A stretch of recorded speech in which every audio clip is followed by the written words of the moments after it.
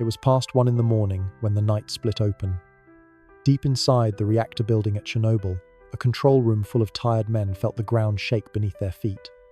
The steel and concrete of reactor number 4 had just torn itself apart. You are standing there in your mind, trying to imagine it. The roar was not like a bomb or a thunderclap. It was stranger, more muffled, as if the building itself exhaled its last breath. A lid weighing more than 1,000 tons lifted and then crashed back at an angle, tearing through metal pipes and hurling chunks of graphite into the open air. The explosion had blown the heart out of the machine, meant to provide power and light, and in that moment it became one of the most dangerous places on Earth. You can almost smell the dust, the bitter metallic taste that survivors later described clinging to their tongues. Nobody standing inside or outside the building that night knew exactly what had happened, but in seconds their lives were split into a before and an after. A column of glowing smoke rose into the sky, carrying particles that would poison the land for generations. It was April in the year 1986, but time in Chernobyl seemed to stop at that moment. If you are still with me, let me pause for a small request. Could you scroll down to the comments section right now and tell me where you are watching this from and what time it is for you? It is a small ritual we do here at History in Ashes. History feels less lonely when I know where in the world you are listening. And please, if you haven't already, subscribe to the channel. Think of it this way. Subscribing may not protect you from radiation, but it will protect you from missing the next disaster story we unearth together. Back to the story. Inside the control room, confusion turned quickly into denial. The men who were running the test believed at first that something minor had gone wrong. The dials and lights before them no longer made sense. Some believed the reactor was intact. Others argued that the explosion could not have come from the reactor itself, because such a failure was thought impossible.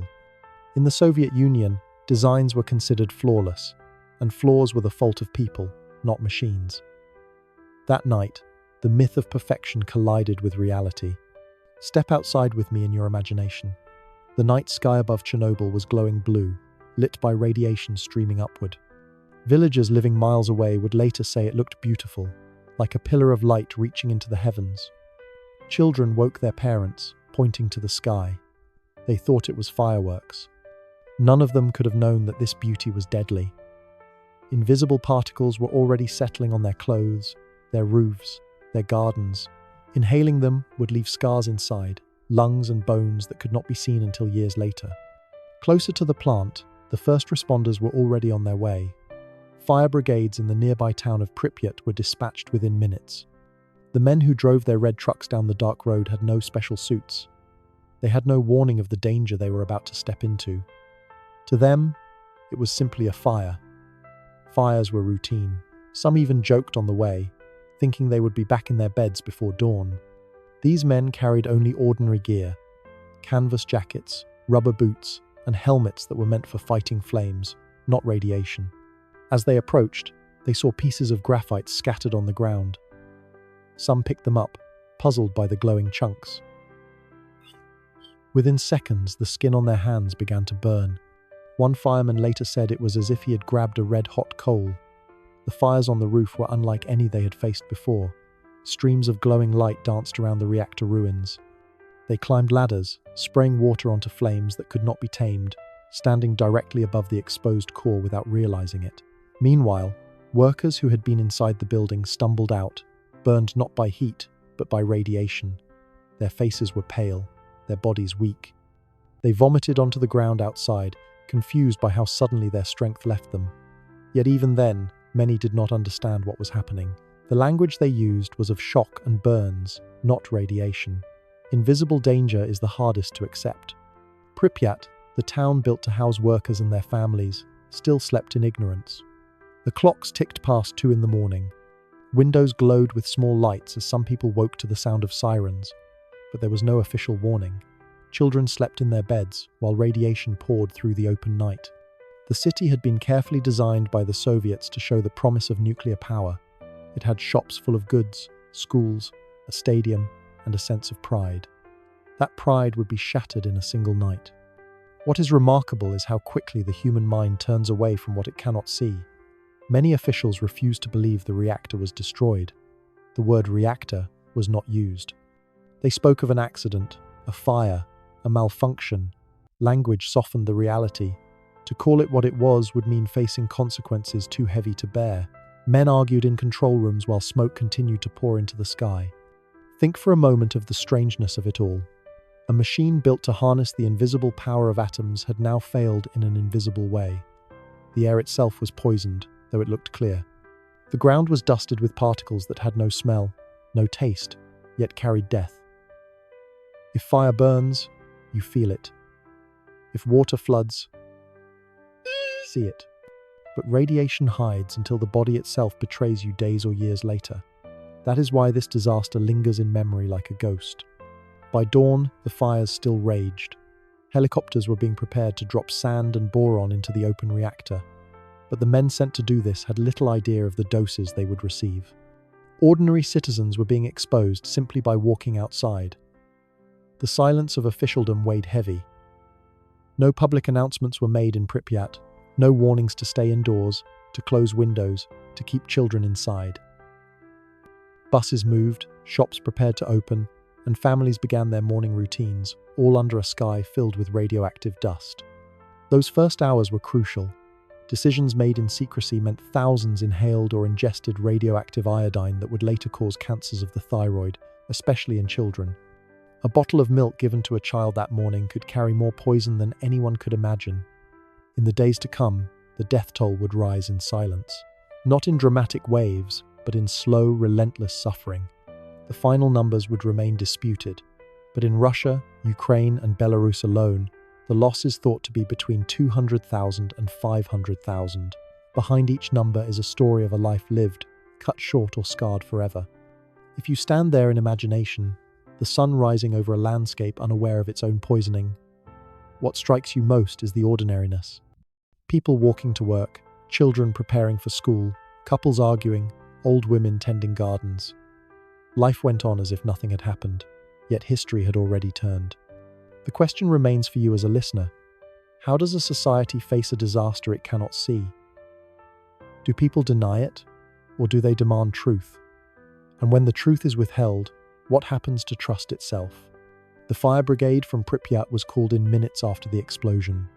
Their commander that night was Lieutenant Vladimir Pravik, only 23 years old.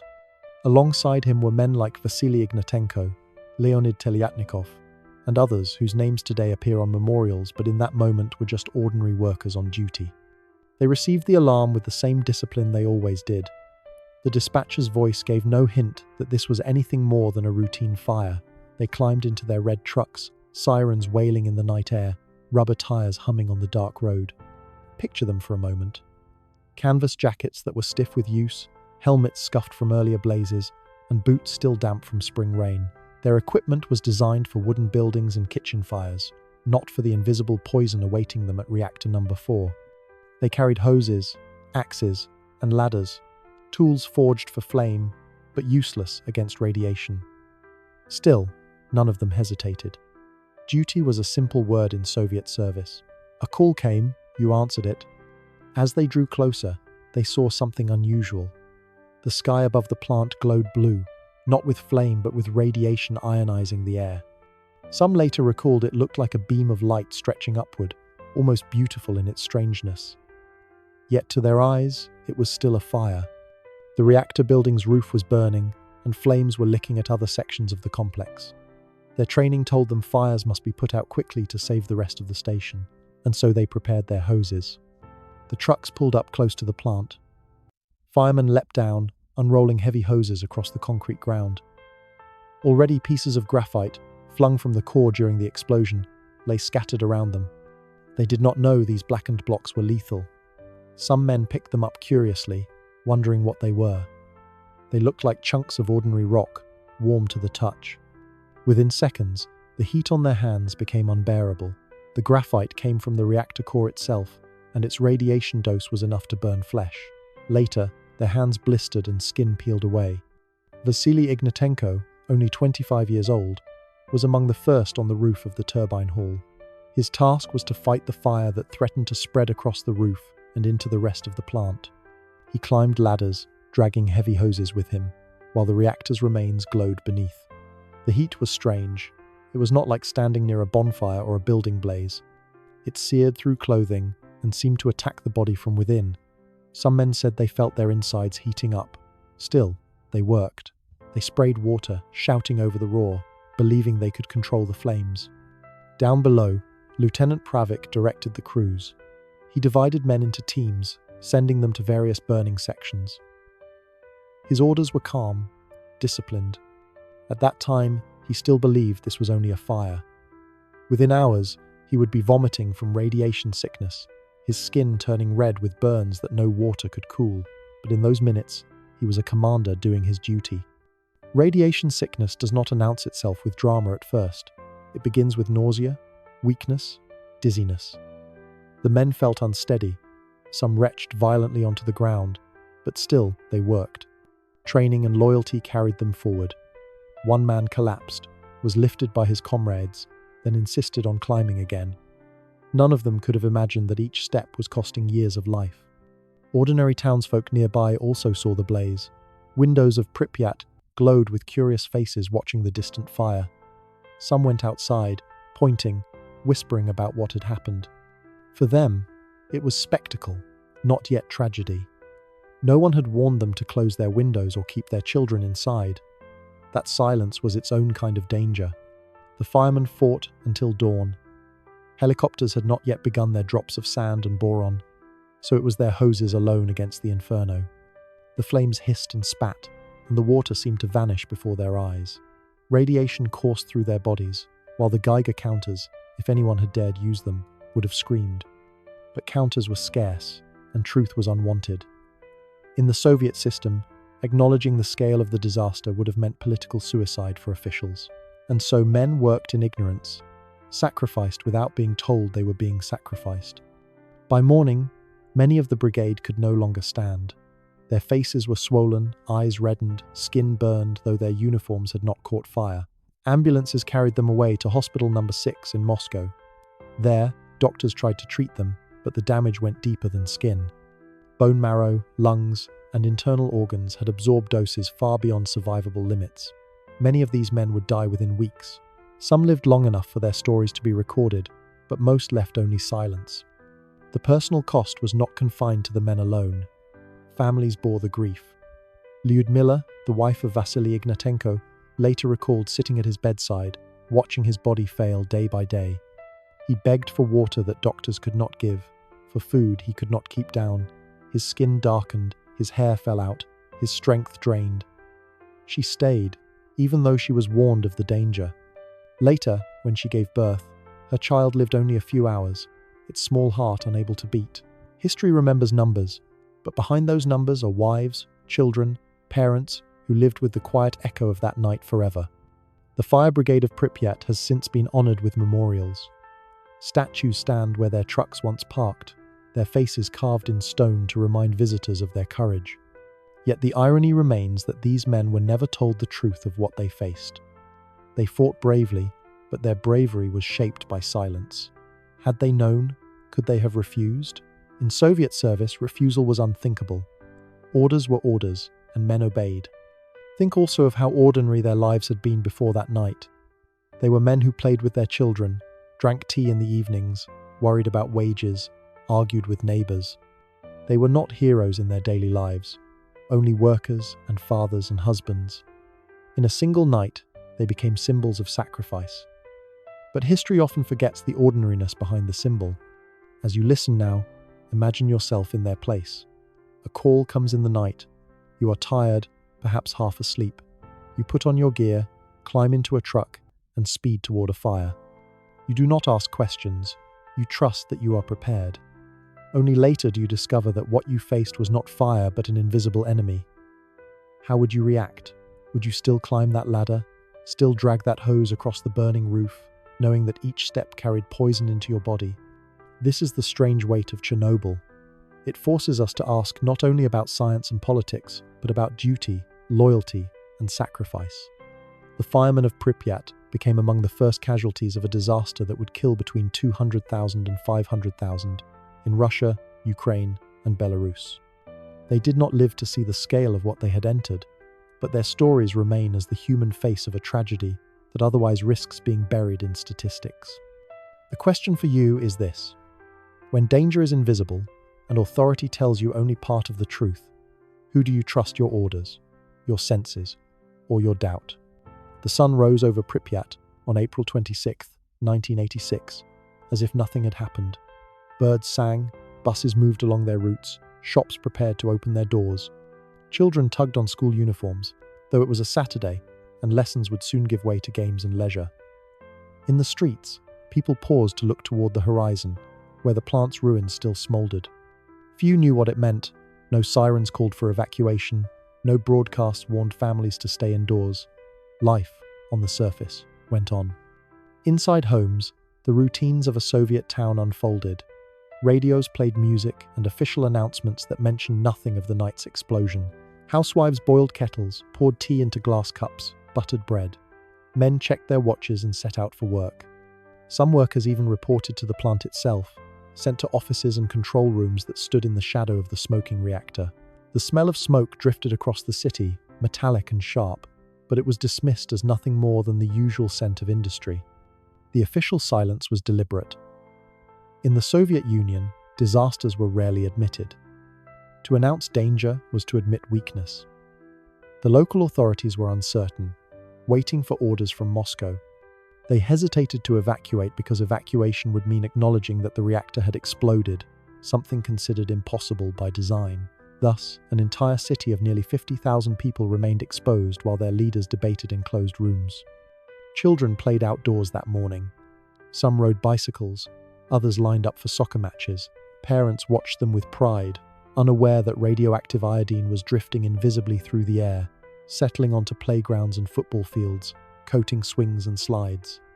The particles lodged in grass and soil, waiting to be swallowed by milk cows and later carried into kitchens. What looked like an ordinary spring morning was, in fact, one of the most dangerous environments in Europe. Pripyat was not a village of peasants. It was a showcase town, built to house scientists, engineers, and workers of the nuclear industry. It had modern apartments, well-stocked shops, a culture center, a stadium, even an amusement park waiting to open. To live in Pripyat was to live in the promise of the Soviet future, a future powered by atoms. And yet that very promise was poisoning its own citizens. The irony was cruel. The city built for nuclear power was being slowly undone by the very thing it celebrated. By midday, hospitals in Pripyat began to fill with patients. Firemen from the night before lay on stretchers, vomiting, their skin red and swollen. Plant workers who had fled the building arrived with dizziness, burns, and weakness. Doctors noticed something strange. Many patients had a metallic taste in their mouths, as if they had bitten down on coins. Their skin showed burns with no clear source. But even the doctors were not told the truth. Official orders avoided the word radiation. They spoke only of injuries, as if naming the cause might make it worse. Rumors spread quickly. Some said the reactor had exploded. Others dismissed it as gossip. Many believed what they wanted to believe, that it was just a fire, already under control. Trust in authority was deep, even when misplaced. People did not yet know that each hour outdoors was raising their future risk of illness. Women carried babies in strollers. Old men sat on benches. Teenagers wandered the streets. Photographs from that morning show smiling faces, couples in bright spring clothing, unaware of the cloud hanging above them. It was not until late afternoon that officials finally began to admit the scale of danger. Measurements showed radiation far above safe limits. Delegates from Moscow arrived and inspected the plant's ruins. The truth could no longer be contained. By evening, the order came. Pripyat must be evacuated. But still, even then, secrecy shaped the process. Residents were told only that they would be leaving temporarily. Buses lined the streets, their engines humming, waiting to carry families away. Loudspeakers announced calmly that the evacuation would be for a few days, perhaps 3. Bring only essentials, they said. Leave your belongings behind. Doors could remain unlocked. They would return soon. Families packed small bags. They carried documents, a change of clothes, some food. Many left pets behind, believing they would be back to feed them in a few days. Children clutched toys, confused but reassured by the calm voices of officials. The buses filled with people, rows of windows reflecting the smoke still drifting from the plant. Neighbors waved goodbye, not realizing it was goodbye forever. As the convoy of buses rolled out of Pripyat, the silence of abandonment settled. Apartments still held half-finished meals on tables, teapots cooling on stoves, books open where someone had left off reading. Plants sat in windowsills, radios still playing music into empty rooms. It was as if time itself had been stopped. And in a sense it had. Pripyat would never again be a living city. Its people were carried away, never to return permanently, while nature and silence reclaimed the streets. For those who left, the trauma was not immediate. They were told it was only temporary. Yet as days turned into weeks, and weeks into months, the reality became clear. Their homes were gone. The city was poisoned. Belongings could not be reclaimed. Pets left behind were later shot by soldiers to prevent the spread of contamination. What had been an ordinary spring day became, in memory, the last day of their old lives. The denial in those first 36 hours cost lives. If evacuation had been immediate, exposure could have been reduced. Children would not have played in radioactive dust. Families would not have drunk contaminated milk, but silence and secrecy were chosen instead. In the Soviet system, the appearance of control mattered more than the safety of citizens. By the time the buses rolled out, the damage was already done. Imagine yourself in that moment. You are told to board a bus, bring only what you can carry in your hands, leave everything else. You ask if you will return, and the official smiles and says yes, in a few days. Do you believe him? Do you glance back at your apartment one last time, at the curtains swaying in the open window, the dishes on the table, the cat watching from the balcony? What do you feel, not knowing it is the last time you will ever see it? This is what makes the story of Chernobyl more than an industrial accident. It is not only about reactors and radiation. It is about homes abandoned in haste, promises made and broken, lives uprooted without warning. The city of Pripyat stands today as a frozen museum of that moment, Ferris wheels rusting, classrooms with open books, shoes scattered on floors. It is the monument not only to disaster, but to silence. And so the question lingers for you. When faced with danger, what is more destructive? What happens in the moment, or the silence that follows it? Before the explosion, before the sirens and the buses, Pripyat was a city of promise. Built in the early 1970s to serve the Chernobyl nuclear power plant, it was not an old town with centuries of history. It was young, carefully planned, and meant to symbolize a shining Soviet future. For nearly 50,000 people, it was home, and many were proud to say it was better than most Soviet cities. They had wider streets, modern apartment blocks, a cinema, shops with more goods than the villages outside, and a spirit that was hopeful. Walk with me in imagination down Lenin Avenue, the central street of Pripyat. The buildings are grey, concrete but new, sharp-edged and tall. Balconies look out over tree-lined sidewalks. On a spring day, the streets are full of children walking to school, mothers carrying bags from grocery shops, workers in uniforms, heading to buses bound for the plant. The city was designed for families, with playgrounds scattered between the apartment blocks. In the evenings, those playgrounds were alive with laughter, the rattling of seesaws, the creak of swings. Dogs barked, music floated from open windows. Life was ordinary, but in its ordinariness lay a quiet pride. The people of Pripyat were not peasants struggling on collective farms. They were engineers, scientists, technicians, and the families that surrounded them.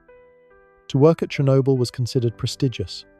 Nuclear power was the cutting edge of Soviet science, and to live near it was to be part of progress. Many believed they were building the future, a world where energy would be endless and clean. That belief gave the city its identity. Inside the homes, the details were small but telling.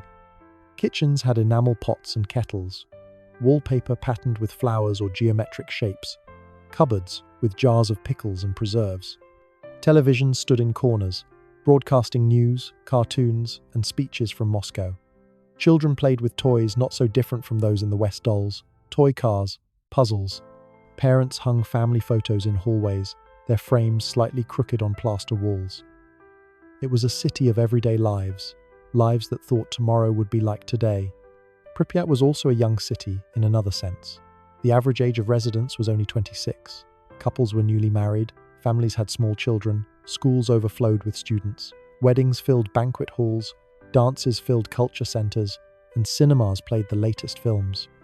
A new amusement park was under construction, complete with a Ferris wheel and bumper cars, meant to open on May 1st, International Workers' Day. Bright yellow carriages of the Ferris wheel could already be seen above the rooftops, a promise of fun that never came. The rhythm of the city was set by the plant. Shifts of workers moved in and out with the clock. Buses carried them to the gates in the morning and returned them home in the evening. At the canteen, workers ate borscht, bread, and tea while discussing their shifts. In apartments, wives and husbands debated wages, children's grades, the price of shoes. Shops were stocked better than in surrounding villages, though shortages were still common. Bananas and oranges were rare, but meat, bread, and dairy were easier to find. People complained, but they also knew they were privileged compared to many others in the Soviet Union. Yet even in this ordinary life, there was always the shadow of the plant itself. Some residents joked about living so close to a reactor. Others reassured themselves that Soviet science was flawless. Posters declared the safety and power of nuclear energy. To question it was not common. Official optimism shaped private thought. And so they lived, proud of their work, proud of their city, never imagining how fragile it was. On the evening of April 25th, the day before the disaster, the city was alive in its usual way. Children played until dark, couples strolled, young men gathered for beer and conversation. Few noticed that at the plant, a safety test was being prepared that would go wrong. For them, it was simply another night. Some sat on balconies, enjoying the spring air. Some planned outings for the coming holiday on May 1st. Mothers tucked children into bed, fathers prepared for early morning shifts. Then, in the early hours, the explosion shattered the illusion. While the city slept, Reactor No. 4 tore itself apart. And yet, when the shockwave passed, most of Pripyat did not know. The walls did not crack. The windows did not shatter. People stirred in their sleep, turned over, and dreamed on.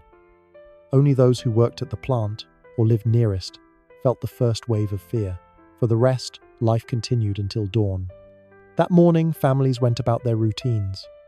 Parents dressed children, students carried books, the streets filled. Some noticed helicopters circling overhead, or soldiers near the plant, but few understood what it meant. They saw fire trucks and smoke, but fire trucks and smoke were not new. They trusted officials to handle it. After all, accidents happened, but the system was always said to be in control. Doctors, however, began to sense the truth.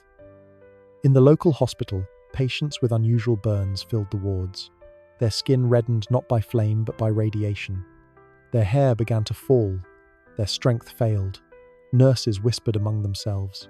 Some asked if the reactor had exploded, but official orders forbade the word. The denial stretched even into medicine.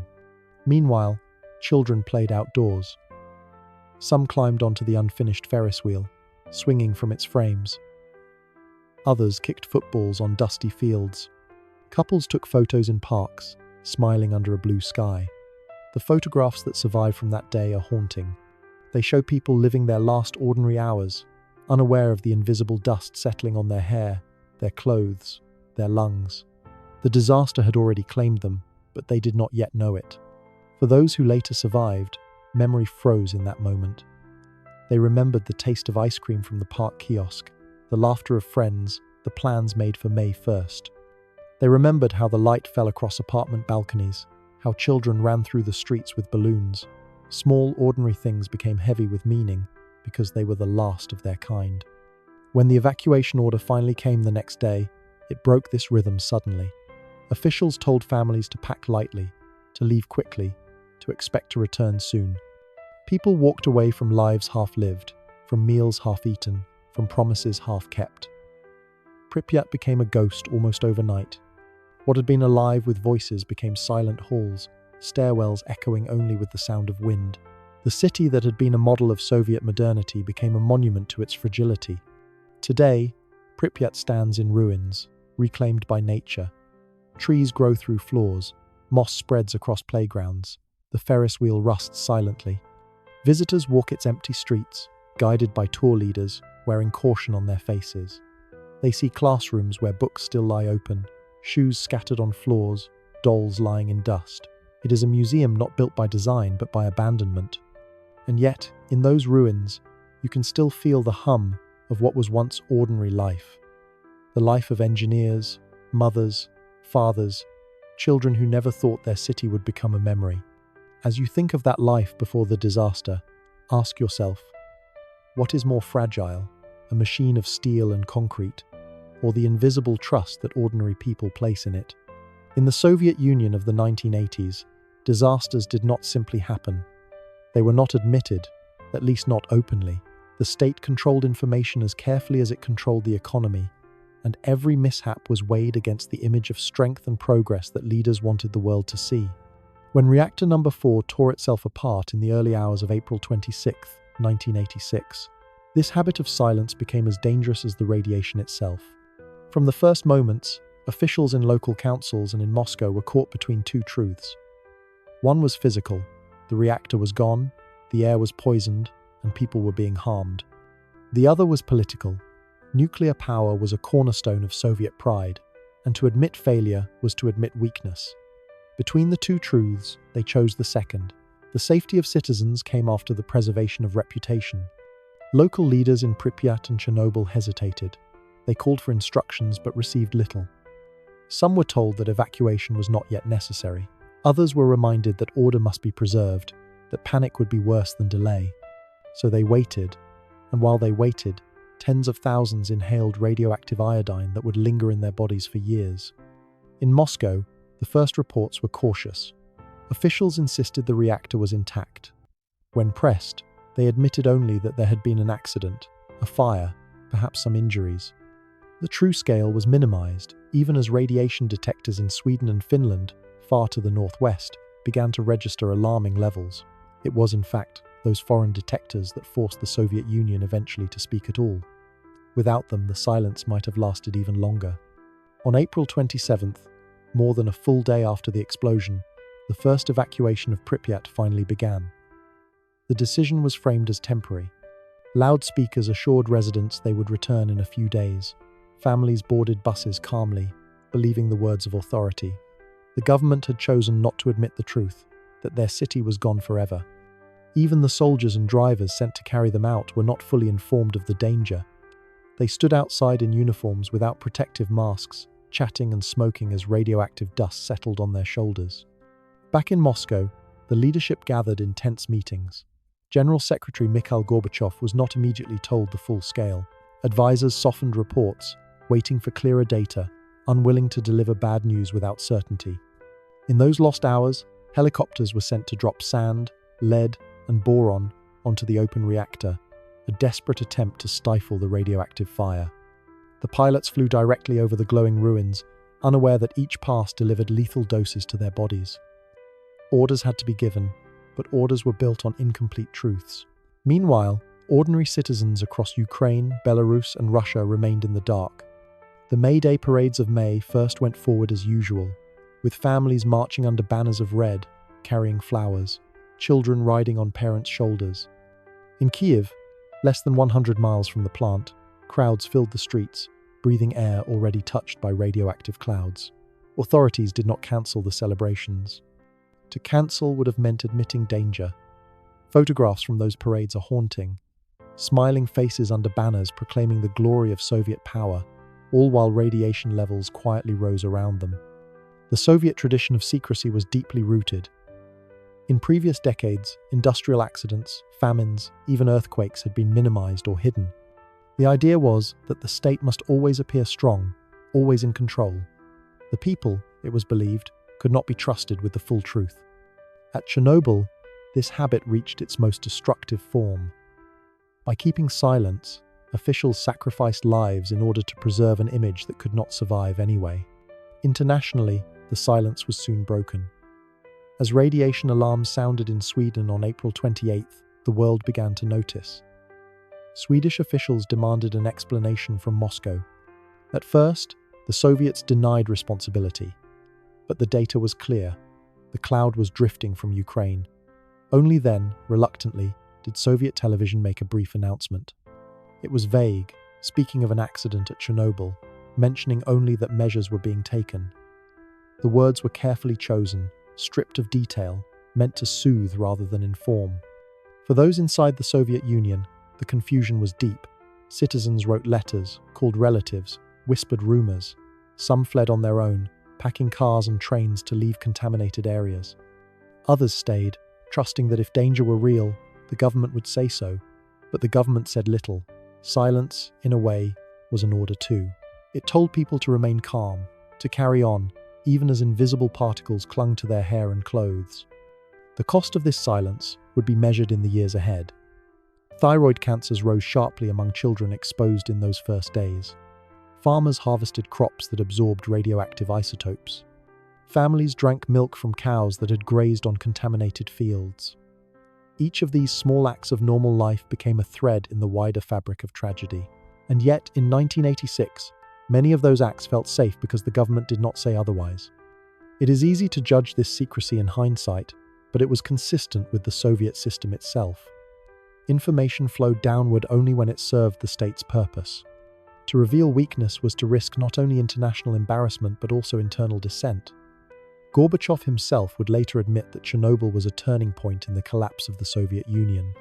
The disaster revealed the cracks in a system that prized silence over transparency, image over reality. The trust of citizens, once broken, could not be fully repaired. Inside the Kremlin, debates raged over how much to say. Some argued for openness, believing that the scale was too great to hide. Others insisted on caution, fearing that panic would spread. In the end, they chose half-truths. They admitted enough to answer foreign accusations, but not enough to prepare their own citizens. The result was a society left in limbo, caught between rumor and denial. To imagine those days is to imagine a silence heavier than noise. Newspapers printed bland statements. Television anchors read calm lines. Meanwhile, in hospitals, wards filled with patients whose bodies told a very different story.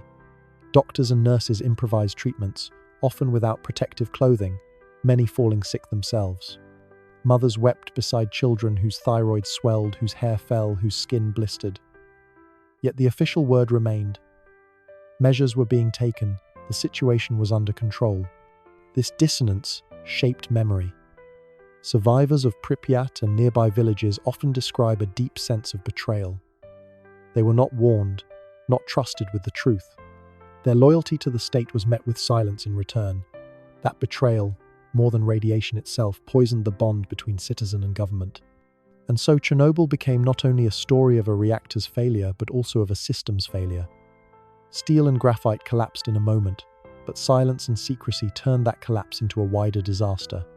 Radiation moved on the wind, but silence moved through society, leaving scars just as deep. For you listening now, the question is simple but heavy. Which is more dangerous in the long run, the blast of a reactor, or the silence of those who refuse to admit it? After the explosion, after the silence, came the people who were asked to do the impossible. They would later be called liquidators. The name itself was almost clinical, suggesting that they were simply handling a task, eliminating waste, restoring order. In truth, they were flesh and blood, often young, sometimes untrained, and almost always uninformed about the true scale of danger. Yet they were sent into the ruins of Reactor No. 4 because someone had to go. They came in waves, called from across the Soviet Union. Soldiers, firemen, miners, engineers, truck drivers, doctors.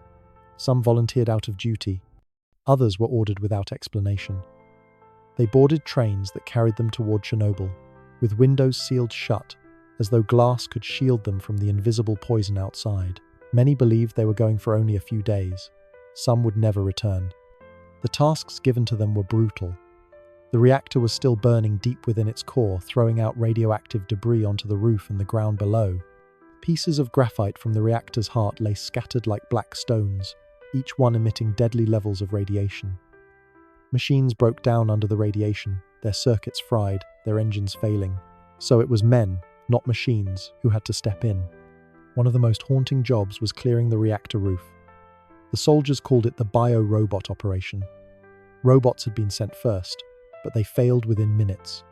Radiation destroyed their electronics, so commanders ordered men to climb up, wearing heavy lead vests and crude protective suits, carrying shovels.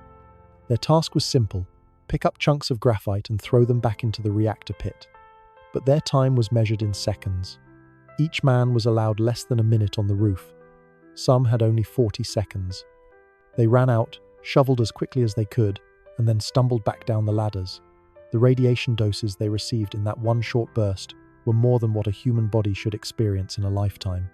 Other liquidators were assigned to dig trenches, build walls, or cut down forests turned radioactive.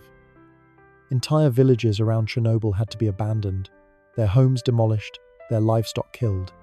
Soldiers shot dogs and cats that had been left behind in the evacuation, not out of cruelty, but because animals carried contamination on their fur.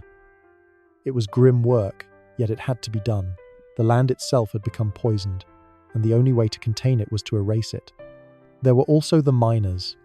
Thousands of men from coal mines across the Soviet Union were brought to Chernobyl and told to dig a tunnel beneath the reactor.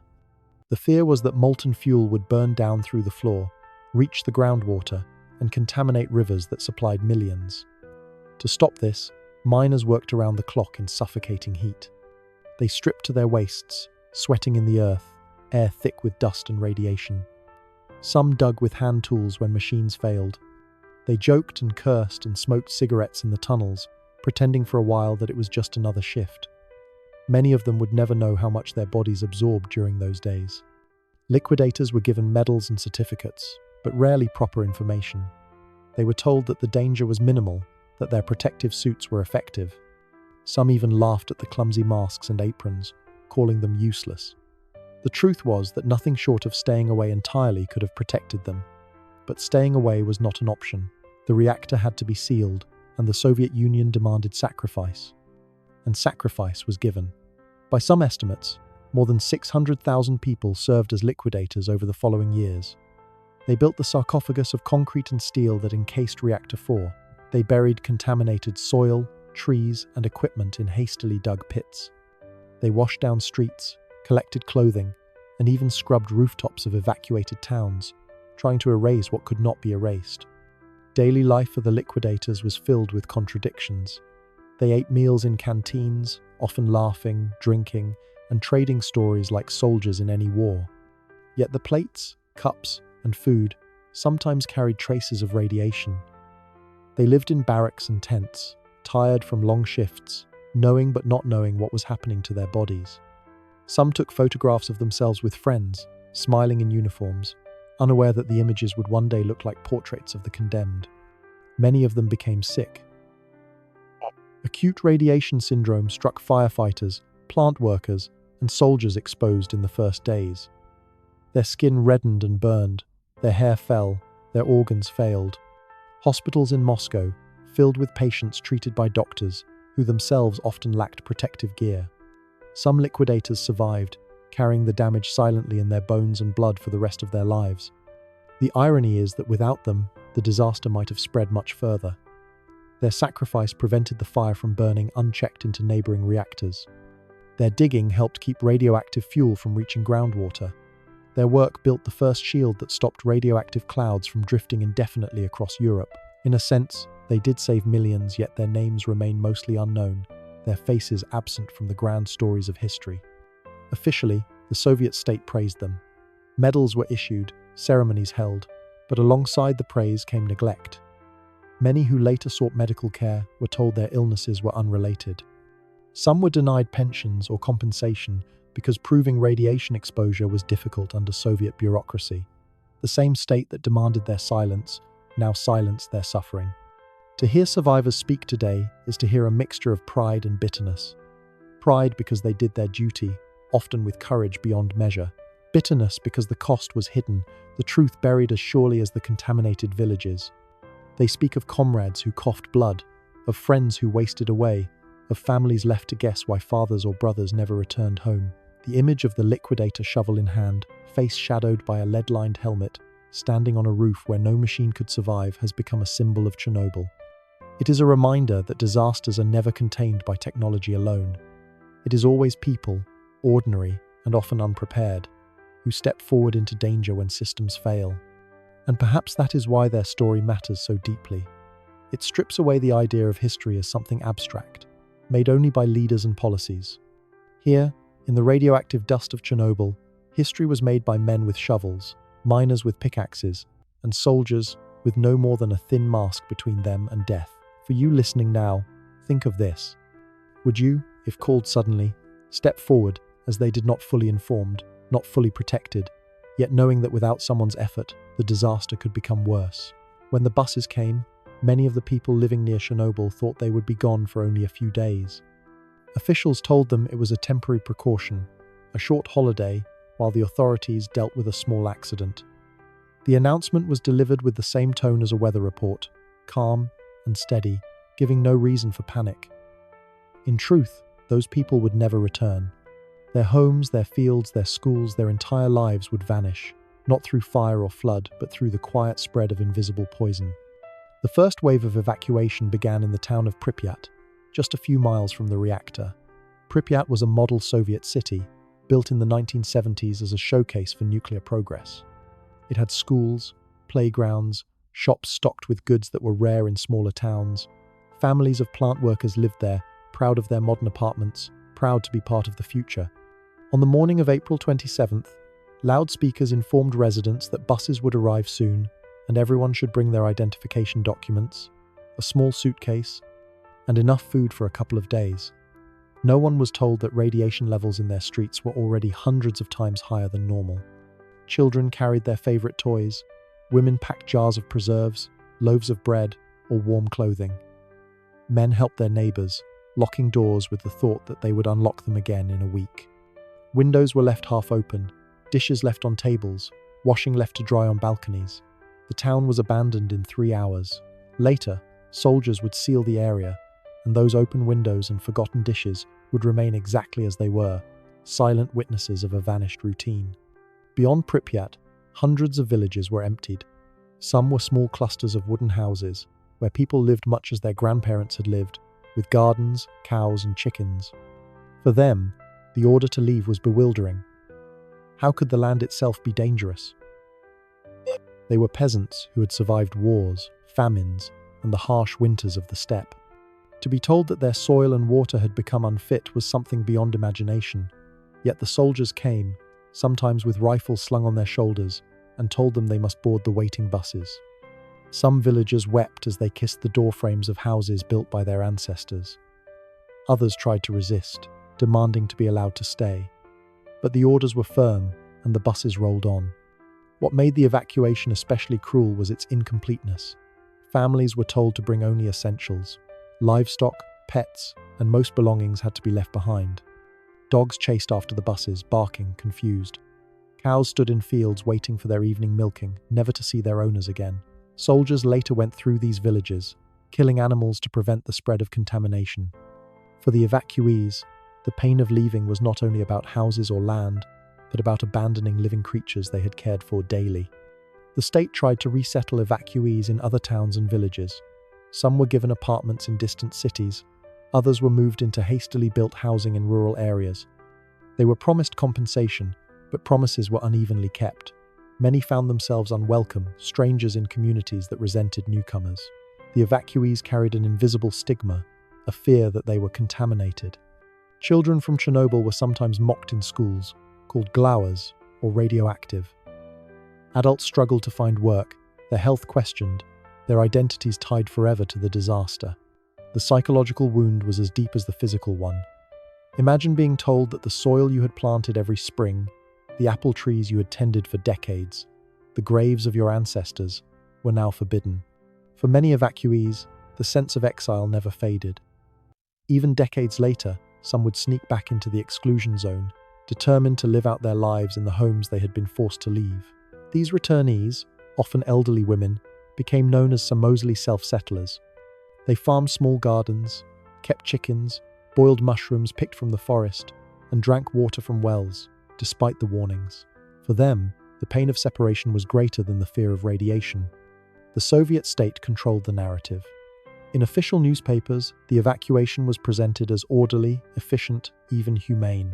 Photographs showed smiling families boarding buses, soldiers helping old women carry bags. There was no mention of the confusion, the tears, or the desperate attempts to hide personal belongings that could not be taken. Diaries from that time tell another story. Children crying for pets left behind. Mothers whispering to neighbors that something terrible must have happened. Fathers secretly worrying about what would come next. Years later, abandoned villages were swallowed by nature. Roofs collapsed, gardens turned to wilderness, Streets became paths for wolves and boars. Yet for the evacuees, those ruins remained alive in memory. Some kept the keys to their houses as sacred objects, reminders of a home they could never re-enter. Others carried photographs of their villages, showing neat fences, painted windows, sunlit yards, images of a life suddenly erased. The numbers are staggering. More than 150,000 people were permanently displaced from the zone around Chernobyl. If you include those who later had to move because of contamination spreading into Belarus and Russia, the figure grows much higher. Each number hides a family, a story, a loss. Each abandoned house was once filled with voices, meals, quarrels, laughter. Now they stand empty, decayed, or buried under earth. What made the tragedy heavier was how little the evacuees were told. Many of them did not understand why they could not go back. The idea of radiation was vague, abstract, and invisible. Some thought it was just a temporary scare, something that could be washed away. Others believed the state had stolen their homes for secret purposes. Distrust and rumor grew in the silence left by official lies. Even today, those who were children during the evacuation speak of it as the defining moment of their lives. They remember the hurried packing, the strange bus ride, the feeling of never really belonging anywhere afterward. Displacement shaped them more than the radiation itself. They became people of no fixed home, tied always to a place that was erased from maps but not from memory. For you listening now, pause and imagine. What object would you carry if told you had to leave your home within 2 hours, never to return? A family photo? A favorite book? Something ordinary, like a warm coat? Or would you, like many in Chernobyl, leave behind nearly everything, trusting the promise that you would soon be back? In the hours after the explosion, the Soviet leadership faced a crisis unlike any it had ever known. A reactor had blown apart, releasing radiation on a scale no one could ignore. Yet in Moscow, the instinct was not openness, but silence. To admit the truth would mean admitting weakness, incompetence, and failure, words that had no place in the vocabulary of Soviet power. Instead, officials began a campaign of concealment, hoping the disaster could be contained not only by concrete and lead, but by propaganda and delay. At first, even high-ranking authorities were kept in the dark. Local officials near Chernobyl received only fragments of information. The plant director and engineers gave reports that downplayed the explosion, calling it a fire, an accident, a manageable situation. The true magnitude that the reactor core had been destroyed and radioactive material was spreading into the environment was whispered among scientists, but not spoken in official meetings. The Soviet system rewarded those who minimized problems, not those who revealed them. To sound the alarm was to risk one's career, one's reputation, sometimes even one's freedom. Meanwhile, in the outside world, radiation detectors told a different story. In Sweden, more than 600 miles away, workers at a nuclear power plant noticed radiation on their clothing as they arrived for their morning shift. Their reactors were functioning normally, which meant the contamination had come from elsewhere. Soon, other European countries began to detect the same mysterious rise in radiation. Weather patterns were studied, maps drawn, and the conclusion became clear. Something catastrophic had happened inside the Soviet Union. Only then, forced by foreign evidence, did Moscow make a brief announcement. On April 28th, 2 days after the explosion, Soviet television gave a short, carefully worded statement. An accident has occurred at the Chernobyl nuclear power station. Measures are being taken to eliminate the consequences. No details, no numbers, no acknowledgement of the scale. To the Soviet citizen watching the nightly news, the event seemed minor, just another industrial mishap among many. To the rest of the world, it was a chilling confirmation that something was terribly wrong. Inside the affected areas, people sensed the truth long before they were told. Soldiers marched through villages with Geiger counters, their devices clicking furiously. Helicopters flew overhead, dropping sand and boron on the burning reactor. Medical workers in nearby hospitals began to see patients with severe radiation sickness, their skin reddening, their bodies weakening rapidly. Yet newspapers carried cheerful stories about harvests and industrial progress. May Day parades went ahead as planned, with thousands of citizens marching under banners, breathing contaminated air, while leaders waved from balconies above. The lie was visible to anyone who opened their eyes, yet it was enforced by silence. For the evacuees, the silence was particularly cruel. Many were never given a clear explanation of why they could not return. Officials used vague phrases like contaminated areas or unfavorable conditions, but rarely explained the real risks. Medical information was restricted, and doctors who tried to warn patients were often pressured to remain quiet. To speak openly was to be accused of spreading panic, a crime in itself. In this way, the Soviet state attempted to manage the disaster the same way it managed dissent, by controlling words, punishing voices, and hoping fear would fade with time. Yet, the disaster was too large to be hidden. Journalists from other countries pressed for answers, and Western governments demanded transparency. Satellite photographs revealed the ruined reactor. Scientists across Europe tracked radiation levels, creating maps that contradicted Moscow's official claims. The Soviet Union could not deny what others already saw, but it tried to limit what its own citizens learned. In Ukraine and Belarus, contaminated food continued to be distributed, schools remained open, and children played outside in radioactive dust. Knowledge itself was rationed, treated as something dangerous, perhaps more dangerous than radiation. The silence had consequences. Many who might have been protected with better information instead received heavy doses of radiation. Farmers ate vegetables from contaminated soil. Families drank milk from cows grazing on radioactive grass. Children swam in rivers that carried invisible danger. Each choice, made in ignorance, carried a price that would appear only years later in illnesses, weakened immune systems, and shortened lives. But silence also fueled mistrust. For ordinary citizens, Chernobyl became a symbol of the gap between what the state said and what people experienced. It deepened the cracks already spreading in the Soviet system during the 1980s, a time when economic stagnation and political pressure were already weakening the old structures. The disaster was not just environmental or medical, it was political, exposing the fragility of a government built on secrecy. Scientists who studied the disaster often found themselves trapped between truth and obedience. Some tried to report accurate radiation levels, only to see their data classified or rewritten. Others bent to pressure, offering optimistic reports that minimized risks.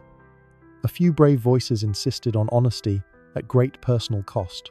Their words circulated in private conversations, in underground newspapers, in whispers across kitchens late at night. In a society built on censorship, Chernobyl became both a literal and symbolic crack in the wall of silence. Even after the Soviet Union finally admitted more details, the instinct to downplay remained. Death tolls were reported as a handful of workers and firefighters, while independent researchers estimated hundreds of thousands of long-term deaths from radiation across Ukraine, Belarus, and Russia. The official narrative spoke of heroism, sacrifice, and successful containment. The unofficial reality was far darker: poisoned soil, abandoned villages, ruined health, and a generation marked by exile. For you listening now, consider what it means to live in a society where truth is hidden, where even something as dangerous as radiation can be disguised by words. If your safety depended on information, and that information was withheld, how would you respond? Would you trust the official reassurances, or would you seek your own truth, even at risk of punishment? When the fires at Chernobyl were finally tamed, and the reactor lay buried under concrete and steel, it might have seemed that the worst had passed. Yet the true weight of the disaster revealed itself slowly, in hospitals, in schools, in small village cemeteries, in the hidden corners of lives forever altered. Radiation does not announce itself with smoke or flame. It seeps quietly into lungs, bones, and blood. It alters cells, reshapes futures, and leaves behind consequences that unfold across decades. The earliest to pay the price were the firefighters and plant workers who had rushed into the blaze. Within days, many showed the unmistakable symptoms of acute radiation syndrome. Their skin reddened and blistered, their hair fell out in clumps, their internal organs began to fail. Some died within weeks, their bodies so radioactive they had to be buried in coffins lined with zinc and sealed with concrete. Families were not allowed to hold them close, to grieve with touch. Wives who tried to kiss their husbands goodbye were warned that even such a gesture could be dangerous. But beyond these immediate losses lay a slower, less visible wave of suffering. In villages across Ukraine, Belarus, and Russia, children drank milk contaminated with iodine isotopes. This radioactive iodine concentrated in the thyroid gland, leading to a surge of thyroid cancers, particularly among the young. Before Chernobyl, such cancers in children were rare. Afterward, they appeared in staggering numbers, turning ordinary pediatric wards into sites of quiet tragedy. Parents spoke of swollen necks, of surgeries, of children living with scars and lifelong medication. The land itself became both home and hazard. Farmers who returned to tend their fields unknowingly harvested crops laced with cesium and strontium. These elements lodged in bones and muscles, becoming permanent companions in human bodies. Forests soaked with fallout produced mushrooms and berries that carried the contamination for decades. Hunting, fishing, even gathering firewood became acts of risk. And yet, for many, leaving behind their land was unthinkable. Poverty, attachment, and the simple pull of home bound them to places the state declared unsafe. Over the years, doctors noted rising rates of leukemia, heart disease, immune disorders, and birth defects. The full scale of these health effects was difficult to measure, not least because the Soviet state restricted research and often dismissed inconvenient findings. Official counts remained low, emphasizing only the direct fatalities of the explosion and the first wave of radiation sickness. Independent studies, however, suggested something far darker, that between 200,000 and 500,000 people across Ukraine, Belarus, and Russia ultimately died as a result of radiation exposure. Numbers on a page, perhaps, but each number represented a face, a family, a silence left at a dinner table. Even those who survived often carried invisible burdens. Women who had been exposed to radiation during pregnancy faced uncertain futures for their children. Some infants were born with severe abnormalities, others with weaker constitutions. Families lived with a constant unease, never sure if a cough, a fever, or a sudden pain was just ordinary life or the shadow of radiation. This uncertainty itself became a form of suffering, a cloud that never fully lifted. Psychological wounds spread just as deeply. Evacuees from the exclusion zone became displaced persons in their own country, resettled in unfamiliar towns, often treated with suspicion by their new neighbors. The label of Chernobylite carried stigma, as if exposure to radiation had also contaminated the individual themselves. Many struggled with depression, alcoholism, or a lingering sense of loss for the homes they could never return to. Chernobyl was not just a disaster of science or technology, it was a disaster of identity, uprooting entire communities and scattering them across unfamiliar landscapes. Meanwhile, the people who remained in contaminated zones developed their own strategies for survival. Some boiled milk repeatedly, hoping it would reduce the danger. Others washed vegetables again and again, even though radiation could not be rinsed away. Hunters carried Geiger counters into the forest, measuring the mushrooms and game they brought home for their families. Survival became a mixture of tradition, rumor, and the occasional whispered advice of a sympathetic doctor who dared to speak more plainly than official guidelines allowed. In Belarus, whole villages were abandoned, yet in others, people stayed.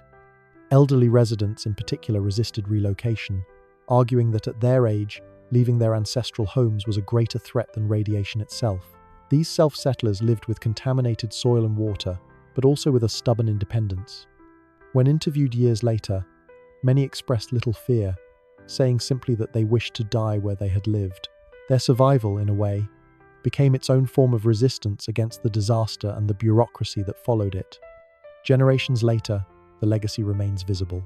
Young people born long after 1986 still live with the medical and psychological consequences of the fallout. Entire regions carry the memory in increased cancer rates, in weakened soil, in the simple knowledge that something invisible but dangerous lingers still. In this sense, Chernobyl was not just a moment in history but a living presence, its shadow stretching across decades. For you listening now, imagine living with an enemy you cannot see, touch, or fight. Imagine raising your children under skies that seem ordinary but hold invisible danger. Imagine being told again and again that everything is safe, even as your neighbors fall ill. How would such a reality shape your choices? Would you cling to home, trusting tradition over science? Or would you walk away, carrying nothing but memories, unsure if leaving could ever truly mean escaping? After the fires were finally extinguished, and the immediate danger to the surrounding villages was addressed, the focus shifted to the heart of the disaster, Reactor No. 4 itself. The core, shattered and molten, continued to release radiation, and the Soviet authorities knew that without containment, The invisible cloud of poison could spread far beyond the 30-mile radius that had already been evacuated. To prevent this, engineers and workers were ordered to build what would become known simply as the sarcophagus, a massive structure of steel, concrete, and hope, designed to seal in what could not be cleaned. The scale of the task was immense. The reactor's interior was largely inaccessible due to extreme radiation levels, and yet it had to be encased quickly. Men and women worked under constant threat, their every movement dictated by strict limits on exposure time. Protective suits were heavy and often ineffective. Helmets lined with lead offered some protection, but nothing could stop the invisible particles that drifted through cracks and seams, entering pores and lungs. Soldiers, engineers, miners, and volunteers became a workforce that operated on rotation, moving in and out of the danger zone in shifts measured in minutes. Construction began almost immediately. First came the clearing of debris. Chunks of graphite, radioactive dust, and fragments of concrete littered the site. Robots were sent to lift some of the heavier material, but radiation quickly disabled their circuits. Men had to climb onto the roof, shovel in hand, to move the pieces themselves. The procedure was simple in concept. Remove what could spread contamination and prepare a foundation for the protective shell. In practice, it was chaotic, exhausting, and deadly. Time was measured meticulously. A single misstep could result in a dose of radiation that the human body could not survive. The sarcophagus itself was designed as a massive, angular structure. Tens of thousands of tons of concrete would be poured, steel beams installed, and walls constructed thick enough to contain the remaining radioactive material. Engineering plans were hurried, sometimes improvised, because time was critical. The molten fuel beneath the reactor could, if it burned through the floor, contaminate groundwater and rivers. The urgency of the project left little room for mistakes. Men who worked on the site were aware of the danger, yet their knowledge was incomplete. Radiation was invisible. They could hear about sieverts and greys, but the abstract numbers did not convey the reality of cells being altered, DNA damaged, or organs weakened. They followed instructions, sometimes joking to keep morale high, sometimes simply focusing on the mechanical tasks in front of them. Shoveling, pouring concrete, installing beams, each act was a small defiance against the disaster, a human assertion in the face of invisible destruction. Helicopters were used extensively. Pilots flew low over the reactor, dropping sand, lead, and boron into the molten core to smother the burning graphite and uranium. These flights were short, measured in minutes, but each minute carried deadly doses of radiation. Pilots later described nausea, hair loss, and fatigue, often months before being formally diagnosed with radiation sickness. They were soldiers, yes, but also human shields, bearing the burden of containment in the sky. Inside the structure, miners and engineers dug tunnels beneath the reactor. Their task was to prevent molten fuel from reaching the groundwater, a scenario that could have multiplied the disaster many times over. Working in heat and darkness, they dug by hand when machinery failed, sweat mixing with dust, lungs inhaling radioactive particles. The work was grueling, the danger constant, yet there was a sense of purpose. Every foot of tunnel completed meant a measure of protection for the millions of people downstream who might otherwise have been exposed. As the sarcophagus took shape, temporary shelters were used for planning and storage. Concrete mixers, cranes, and trucks operated under heavy radiation, often breaking down from exposure. Mechanics repaired machines quickly, aware that a failed crane could halt progress and prolong exposure for the workers still inside. Every logistical decision, from the placement of steel beams to the rotation of shifts, was dictated by both engineering necessity and the invisible clock of radiation exposure. Despite these precautions, many workers fell ill. Acute symptoms appeared in those who spent more than a few minutes in proximity to the reactor. Nausea, fatigue, and burns marked the early stages. Later, cancers and organ damage emerged. Yet the project continued. Those who were healthy returned to work, motivated by duty, fear of punishment, or a sense that the lives of millions depended on their effort. In many cases, survival itself became a matter of luck, timing, and adherence to rotation schedules. By November of 1986, the sarcophagus was largely complete. The reactor, still hot and dangerous, had been encased in concrete and steel, its radioactive heart contained for the first time. The structure was imperfect. Gaps, cracks, and weaknesses would later demand reinforcement. Yet at that moment, It represented a monumental achievement. The containment of a disaster that left unchecked could have spread contamination across much of Europe. Human ingenuity, discipline, and endurance had created a fragile shield against invisible destruction. The sarcophagus was also a monument to human cost. Thousands of men and women had labored directly in or near radiation, some for mere minutes, some for extended periods. Their exposure was measured, recorded, sometimes denied or minimized in official reports. Many would live with illnesses for the rest of their lives. Families were affected, children born with complications, siblings and spouses mourning silently.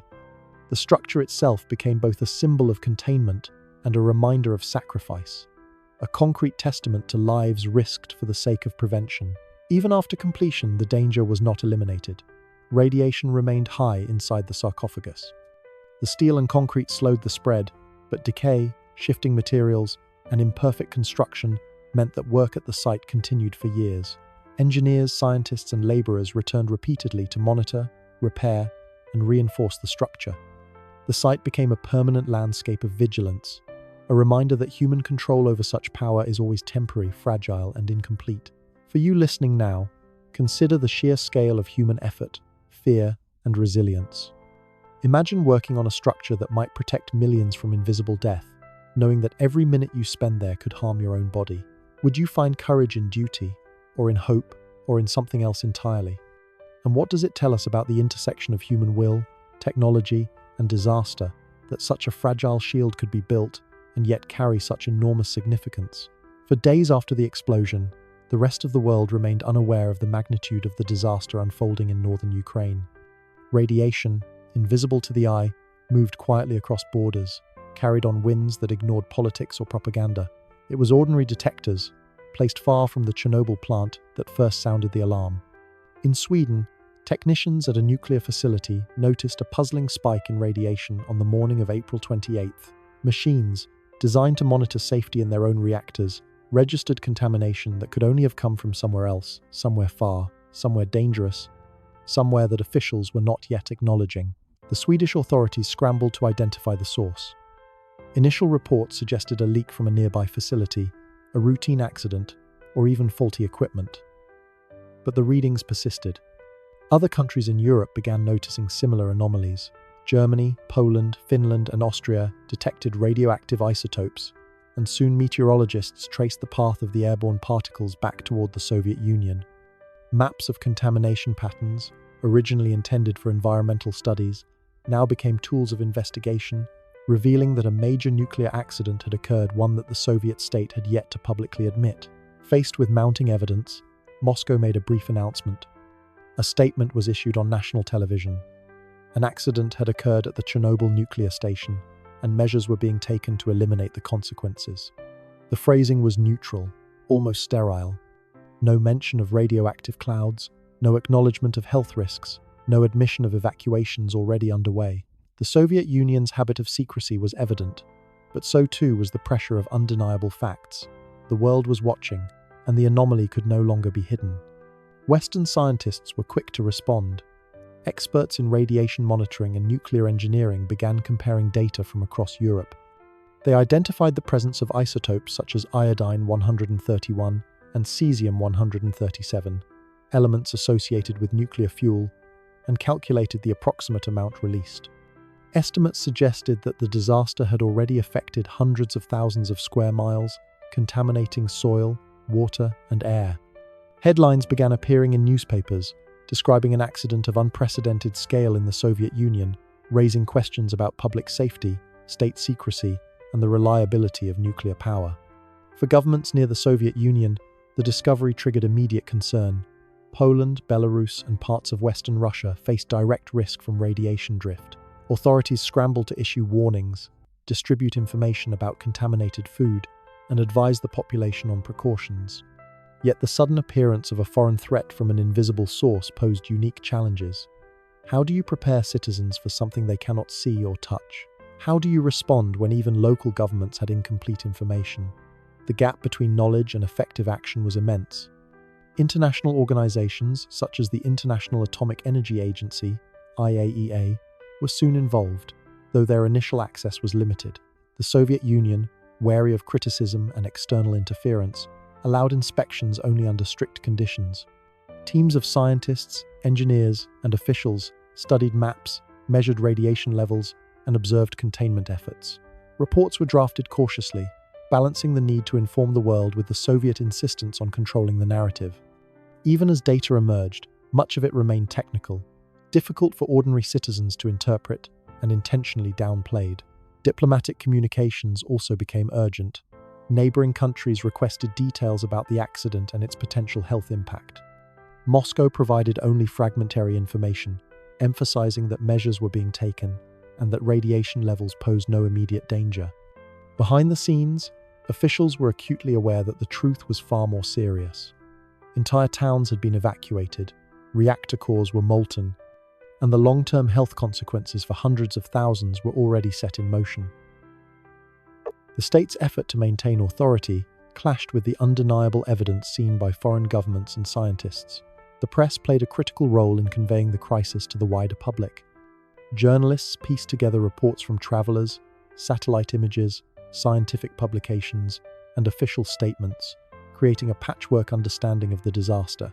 Graphic photographs of the abandoned town of Pripyat, with empty streets and untouched toys, circulated widely. Maps of contaminated areas, previously restricted, were reproduced in newspapers and television broadcasts. The contrast between the Soviet presentation and what the world was now seeing generated both curiosity and alarm, bringing unprecedented attention to the incident. International aid began to be discussed, though cooperation was limited by mistrust. Experts offered technical advice on containment, radiation monitoring, and medical treatment.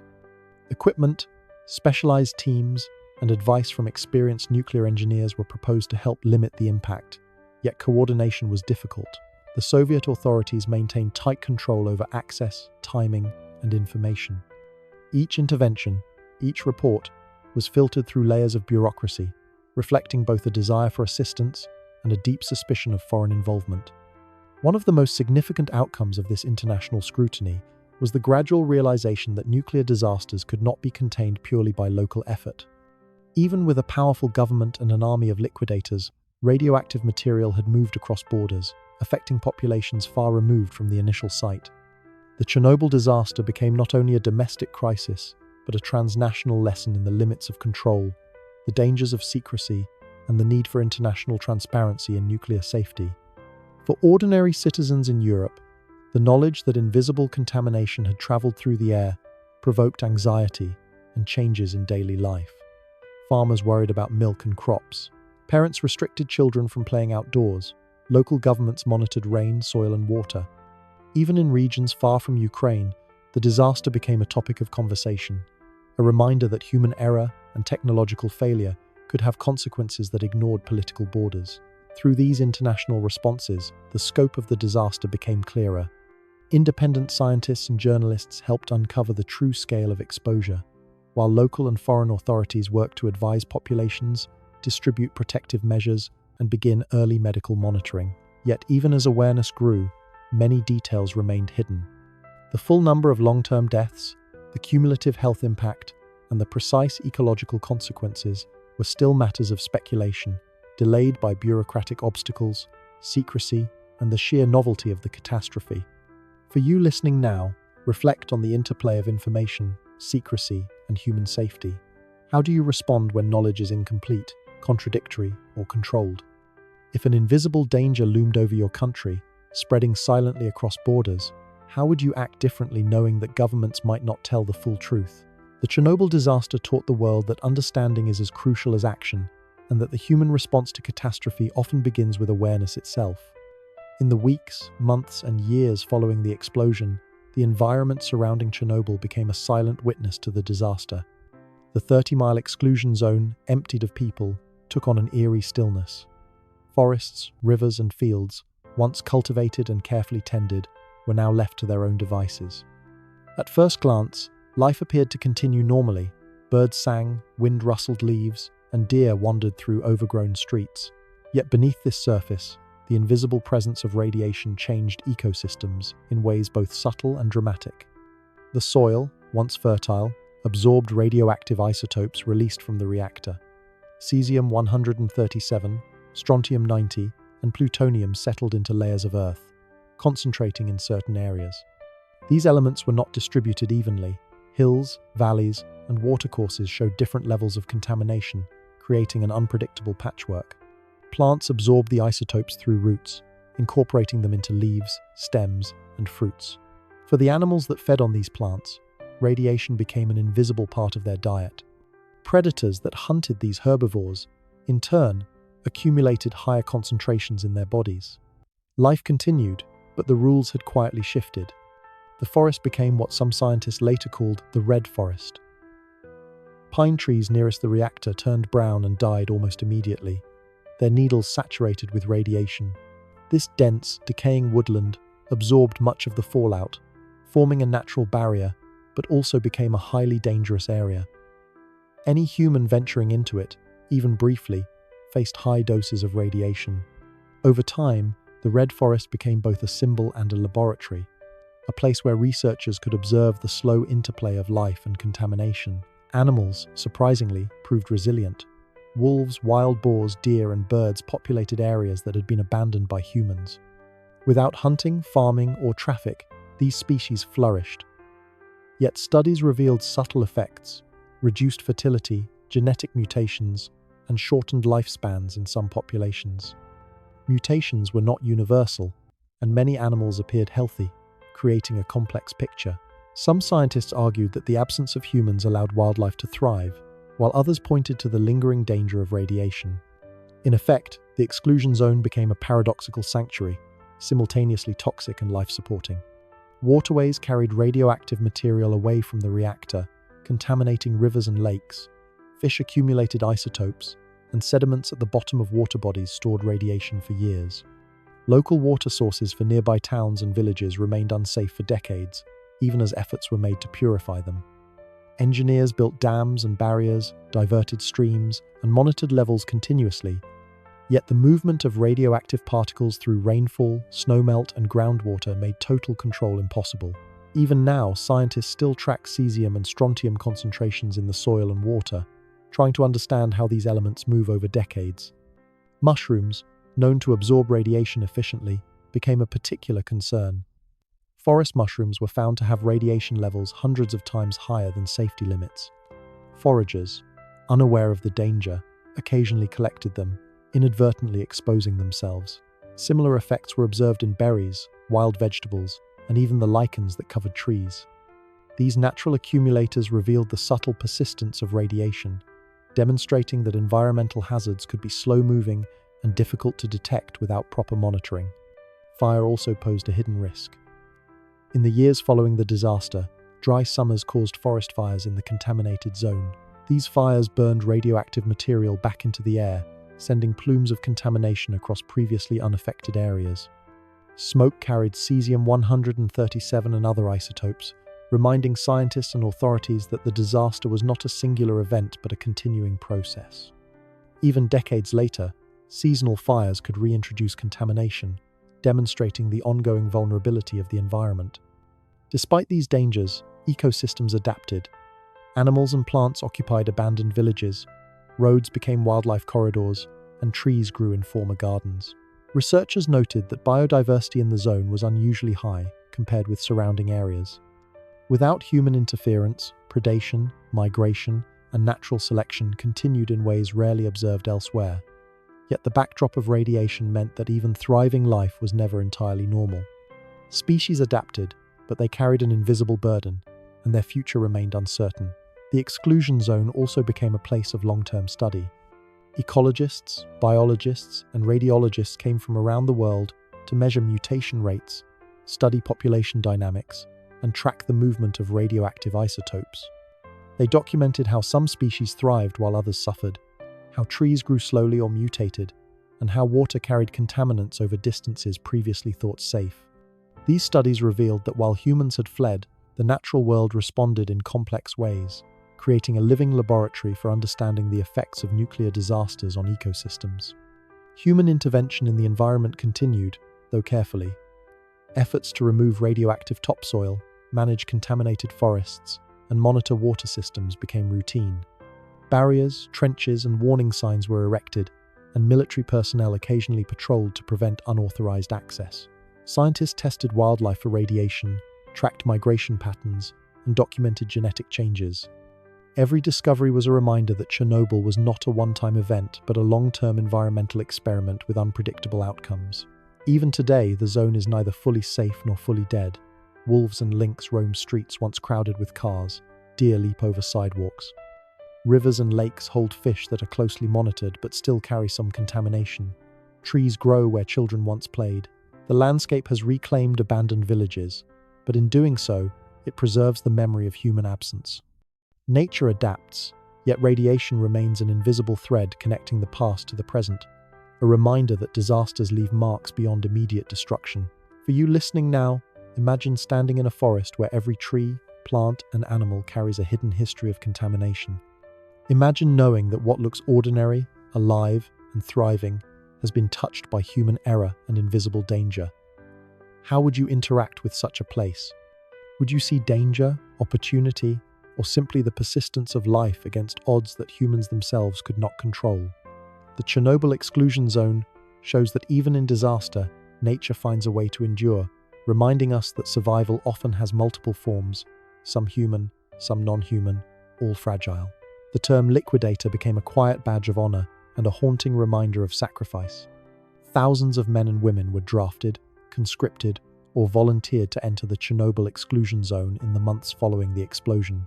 Their task was to contain a disaster that had already taken lives and to prevent contamination from spreading further. For most of them, the scale of the danger was unclear, the protective equipment rudimentary, and the stakes unimaginable. Yet they went, often silently, performing work that would leave deep marks on both body and mind. Liquidators came from diverse backgrounds. Soldiers fresh from barracks, firefighters, engineers, miners, and ordinary laborers were thrown together, forming a workforce united by necessity and circumstance. Some were motivated by duty or patriotism. Others were assigned, sometimes with little explanation. Families often did not know where their loved ones had gone or what they were facing. Letters, when they arrived, were censored and carefully neutral, avoiding mention of the dangers or the conditions on the ground. The work itself was grueling and dangerous. Liquidators removed highly radioactive debris from the reactor roof, shoveling graphite, concrete, and fragments of molten fuel into containers. Each shift lasted only a few minutes in the most contaminated areas, but even this brief exposure could accumulate into dangerous doses of radiation. Men described stepping onto the roof with Geiger counters ticking rapidly, feeling the weight of every radioactive particle that could penetrate their skin or lungs. Some joked, nervously, about the speed with which they had to move. Humor became a small shield against fear. Helicopter pilots played a unique role. Flying over the reactor, they dropped sand, lead, and boron onto the smoldering core.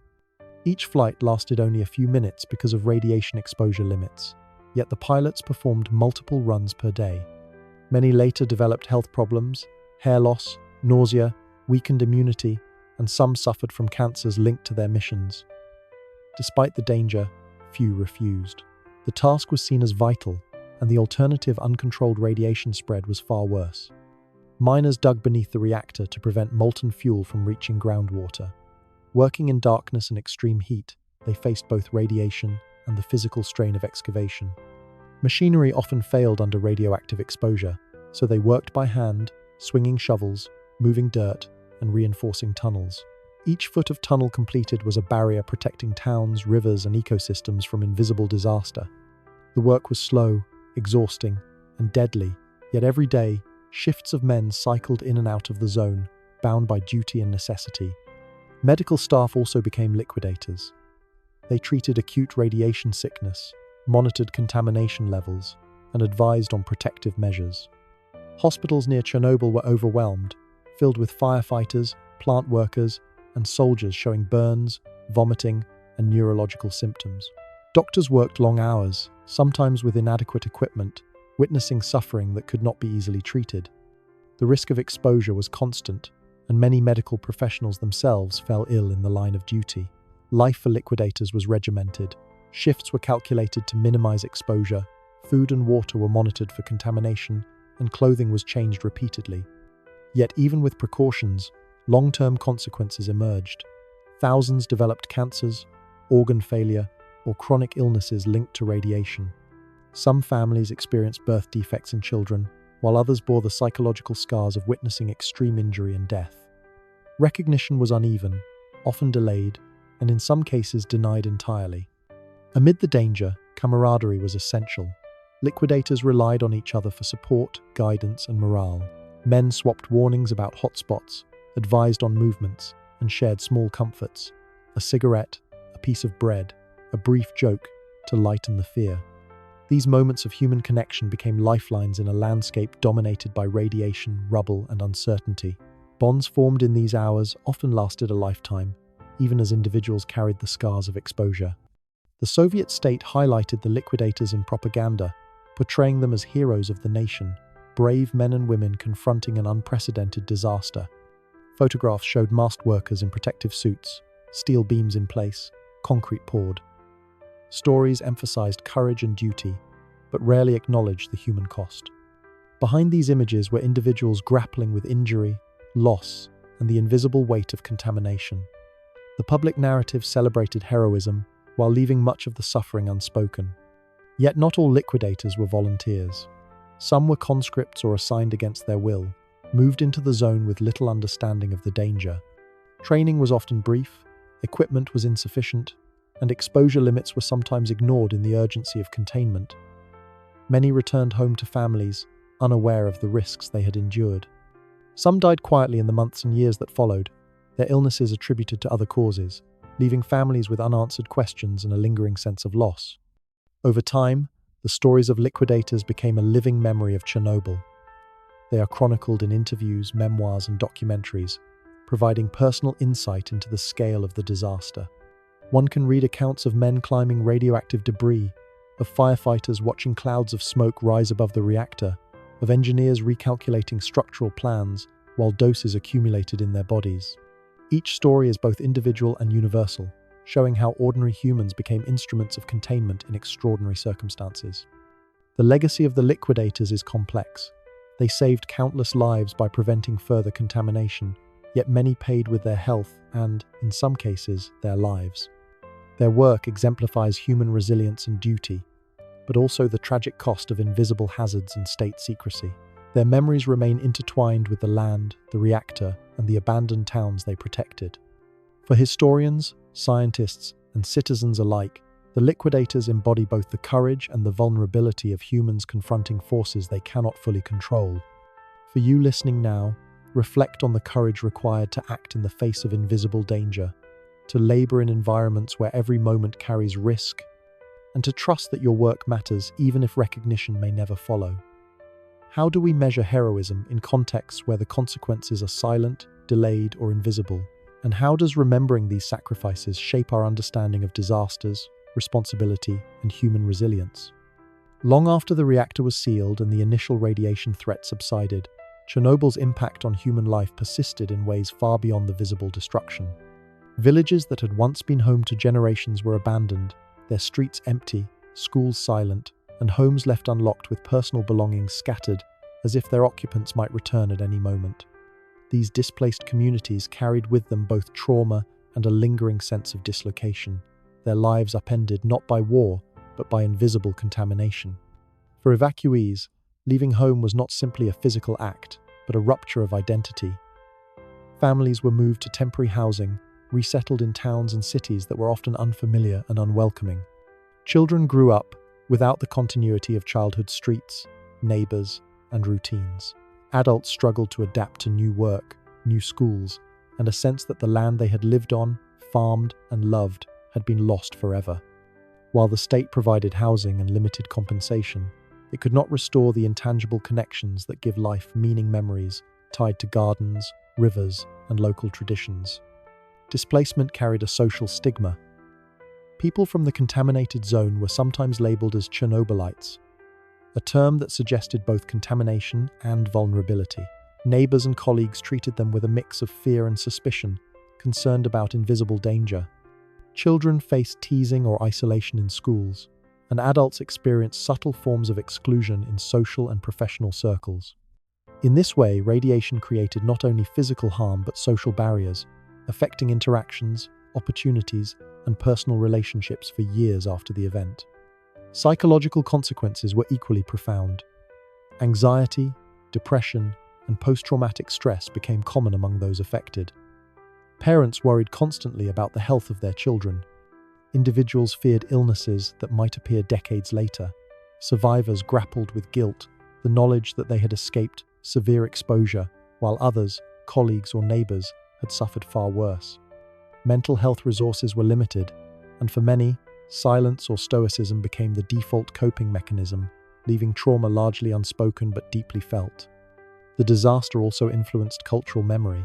Literature, film, and art in the former Soviet Union and beyond began to grapple with Chernobyl as both historical event and symbol. Memoirs from liquidators, evacuated families, and scientists gave first-hand accounts of fear, courage, and endurance. Documentaries showed abandoned towns, schools, and amusement parks frozen in time. Photographs captured decaying homes, overtaken by forest, playgrounds covered in dust, and empty streets with personal items left behind. These images conveyed a haunting combination of absence and resilience, creating a shared memory that extended far beyond the immediate victims. Communities that remained near the exclusion zone, often older residents who refused to leave, also experienced profound psychological effects. Their decision to stay was sometimes practical, sometimes emotional, sometimes rooted in defiance.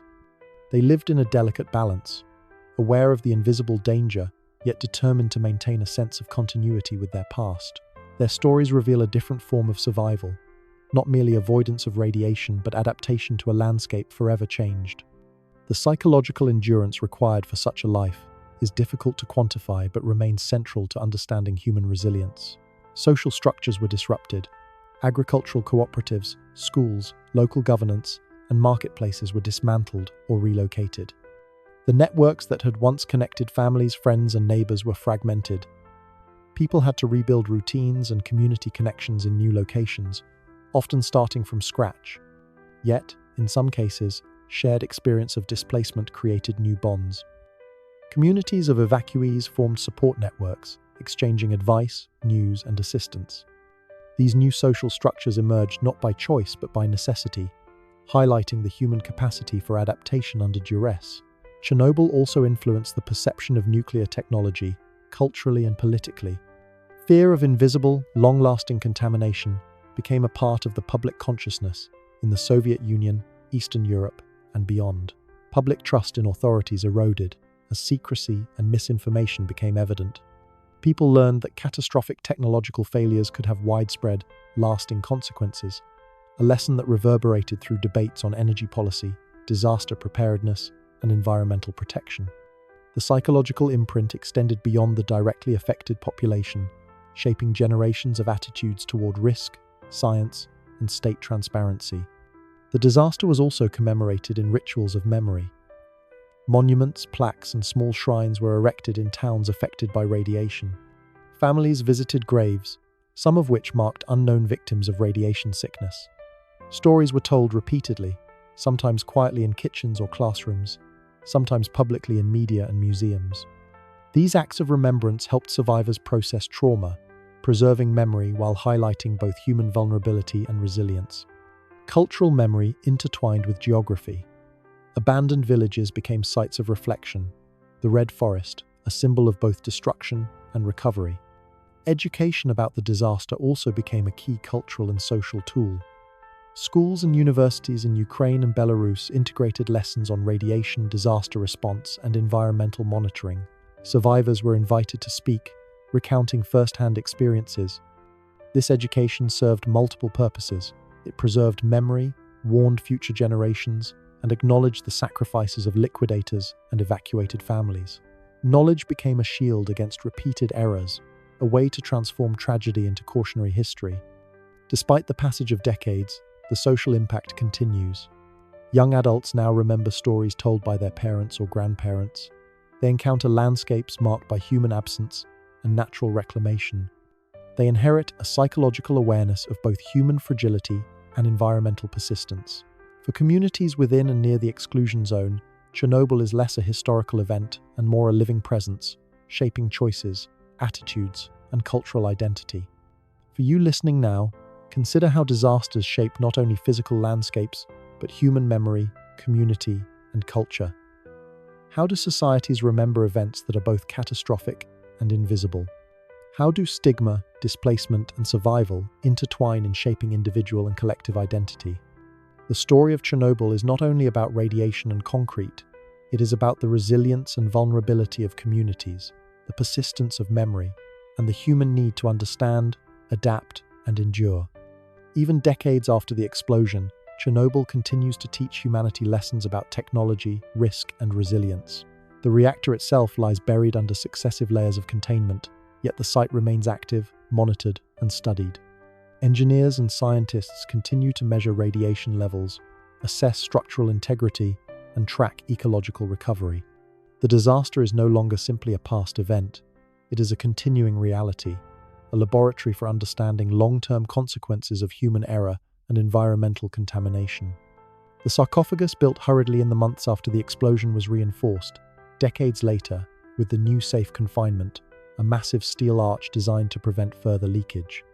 The construction itself was a technical marvel, requiring careful planning, precise execution, and constant monitoring. Engineers had to balance the fragility of radioactive material with the demands of structural integrity, working in a landscape still affected by contamination. The fact that such a project could be completed demonstrates human ingenuity, yet it also emphasizes the enduring nature of the problem. Radioactive material remains dangerous for centuries, far beyond human lifespans. Ongoing monitoring of the environment around Chernobyl remains critical. Scientists measure radiation in soil, water, plants, and animals to understand long-term dispersion and ecological recovery. Cesium-137 and strontium-90, once concentrated near the reactor, have migrated through the ecosystem but remain detectable in certain areas. Studies of wildlife populations reveal both resilience and vulnerability. Some species have adapted and flourished, while others show genetic mutations and population decline. These observations provide vital information for managing nuclear safety elsewhere in the world. Health monitoring continues as well. Thousands of liquidators, evacuees, and residents near contaminated zones receive ongoing medical evaluations. Thyroid cancers, leukemia, and other radiation-related illnesses remain concerns, and long-term psychological effects persist. The lessons of Chernobyl extend beyond physical containment. They underscore the need for healthcare, social support, and transparent communication during and after technological disasters. Human survival depends not only on engineering solutions, but on social and medical systems prepared to respond. Chernobyl also reshaped the conversation about transparency and accountability. Early secrecy by the Soviet state delayed international response and complicated local evacuation and treatment. Subsequent analysis revealed the importance of timely and accurate information. Countries that had observers, scientists, or monitoring systems in place could act sooner to protect citizens. Today, nuclear safety protocols, international agreements, and disaster communication strategies reflect lessons learned from the failures and missteps of Chernobyl. Education about nuclear disasters has become central to preparedness. Schools, universities, and training programs use Chernobyl as a case study in engineering, environmental science, medicine, and emergency management. Students learn not only about technical failures but about human responses, courage, resilience, misjudgment, and the interplay between bureaucracy and scientific observation. By studying Chernobyl, future engineers, policymakers, and citizens gain a deeper understanding of both risk and responsibility. The broader societal lesson of Chernobyl is humility. Human ambition, while capable of great achievement, is always limited by unforeseen consequences and imperfect knowledge. The reactor, designed to produce energy for millions, became a source of death, displacement, and ecological change when small design flaws intersected with human error. Chernobyl reminds humanity that even routine technological operations can have catastrophic outcomes if oversight, preparation, and caution fail. Cultural memory continues to shape perception of the disaster. Books, documentaries, museums, and media accounts preserve stories of evacuees, liquidators, and scientists. The exclusion zone itself is visited cautiously by researchers and tourists, a living reminder of both tragedy and resilience. Photographs of abandoned towns, empty playgrounds, and overgrown streets evoke not only absence but survival nature, reclaiming spaces, humans adapting, and memories enduring. These narratives influence public attitudes toward technology, government transparency, and environmental stewardship. In reflecting on Chernobyl, it becomes clear that disaster management requires both technical and human-centered solutions. Engineering containment alone cannot solve problems of health, displacement, or psychological trauma. Effective disaster response depends on coordination, timely information, and recognition of human limits. The disaster also demonstrates the long-term consequences of contamination. Ecosystems and societies carry the imprint of radiation for decades, influencing decisions and behaviors long after the initial event. The story of Chernobyl also raises profound ethical questions. How should governments balance secrecy and transparency? How should societies care for those affected, particularly workers exposed to extreme danger? How should humanity weigh the benefits of nuclear energy against the risks of catastrophic failure? These questions remain relevant today, not only for nuclear power but for all technologies capable of large-scale harm. Chernobyl is a historical lesson that continues to inform decisions, policies, and ethical frameworks worldwide. For the people who lived closest to the disaster, memory remains visceral. Elderly residents who stayed in the exclusion zone, families displaced for generations, and surviving liquidators all carry personal narratives that reveal both resilience and vulnerability. These stories highlight human adaptability, the capacity for courage, and the ongoing challenge of reconciling survival with loss.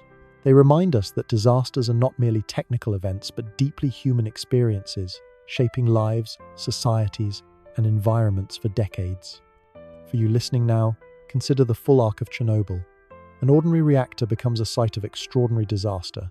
Invisible forces reshape lives, landscapes, and ecosystems. Human courage and error intertwine in complex ways. The lessons are technical, environmental, social, and ethical. How do we prepare for dangers we cannot see? How do we weigh progress against risk? And how do we ensure that memory, responsibility, and resilience guide future decisions? Chernobyl is more than history. It is a mirror reflecting the fragility and strength of human society in the face of forces beyond full control. As we conclude this series on the Chernobyl disaster, we leave you with questions rather than answers, reflections rather than resolutions. The reactor is contained, yet its legacy remains. The lessons are ongoing, not only for nuclear energy, but for every aspect of human endeavor, where power, technology, and uncertainty converge. How we remember, study, and respond to such events will continue to shape the world for generations.